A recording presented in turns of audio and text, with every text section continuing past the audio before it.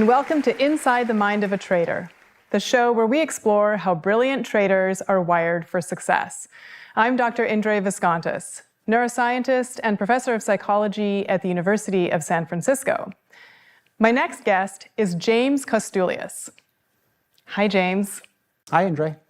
So as part of my job at the university, I have to give advice to young undergraduates who come in, and they often come in and tell me what their parents want them to do, but what they really want to do.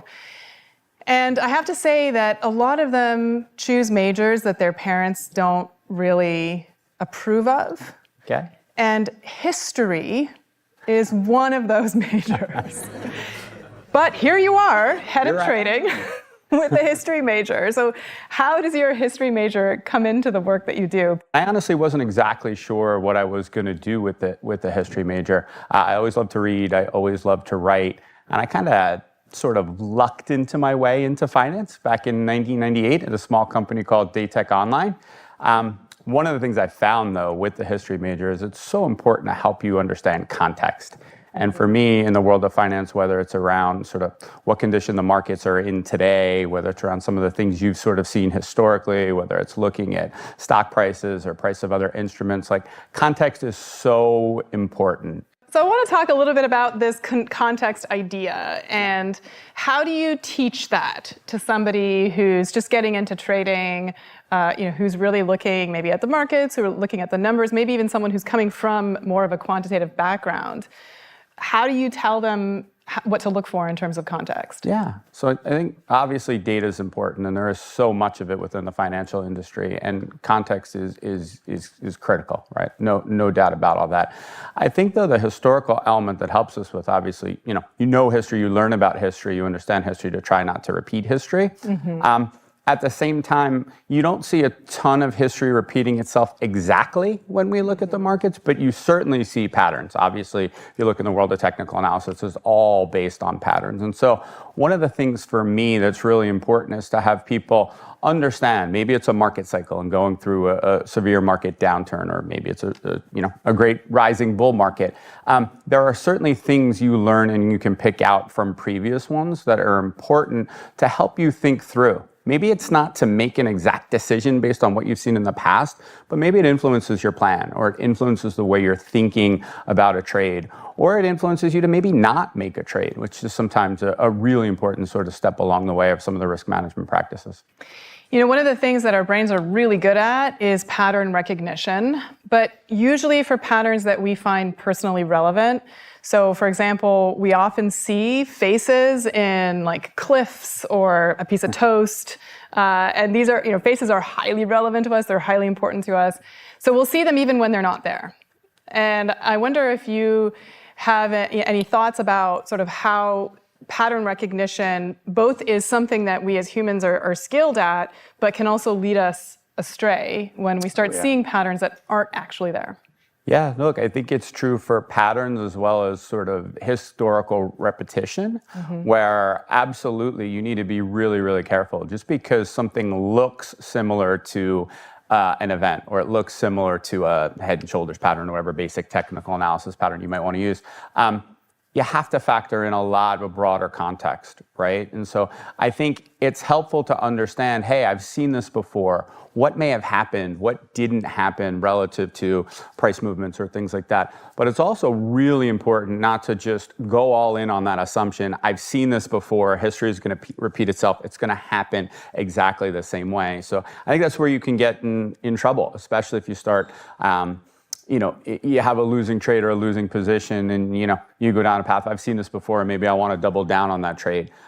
Sometimes that may work, and sometimes that may get you into a much worse sort of situation. And so I think learning from the patterns of the past is really important, but not assuming they're going to happen exactly as they did. There are just too many other factors at play.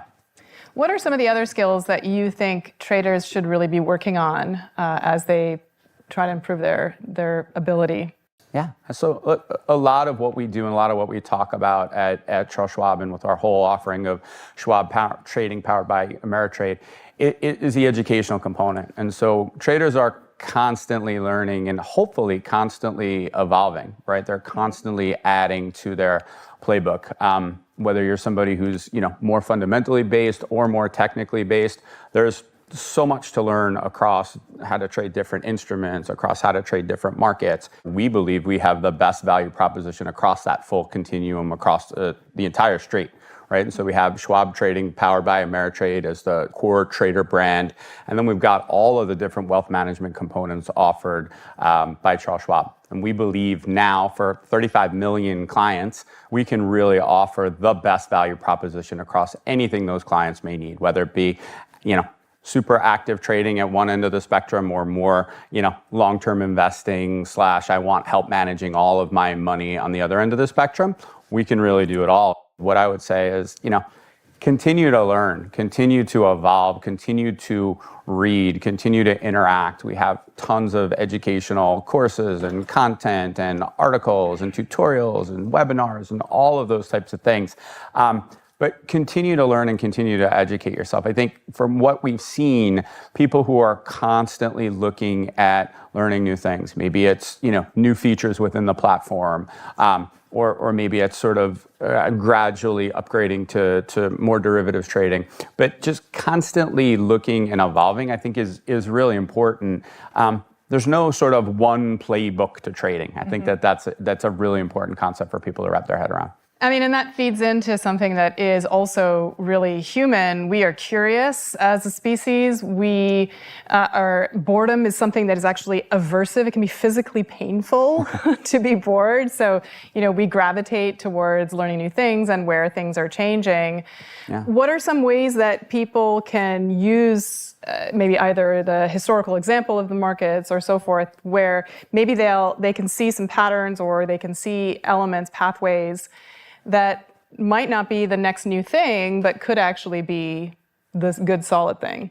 Yeah, so I think there's an element of trading that can be a bit of a grind, right? And so what we like to talk about, though, is having a plan and being sort of set to it. And sometimes it's a lot of little profitable trades that ultimately end up making you real nice money over sort of a longer period of time, as opposed to sort of that one giant trade. If you want to, use the lottery ticket example, we sort of don't like to sort of ever go there. But I do think, to your point, it may not feel as sexy as sort of that, hey, I want to go out and sort of, make a splash with this big trade, as opposed to having a steady trading plan and a steady trading philosophy where, you're making a few percent here and there and you're hedging your winners appropriately, you're cutting your losers. And so I do think, trading can seem really fun and really cool. And I think there's an element of it that does excite people, right? The whole notion of seeking alpha is that belief that you can beat the market, you can beat whoever it is on sort of that other end of that trade, right? Anytime you're buying, someone is selling, and vice versa.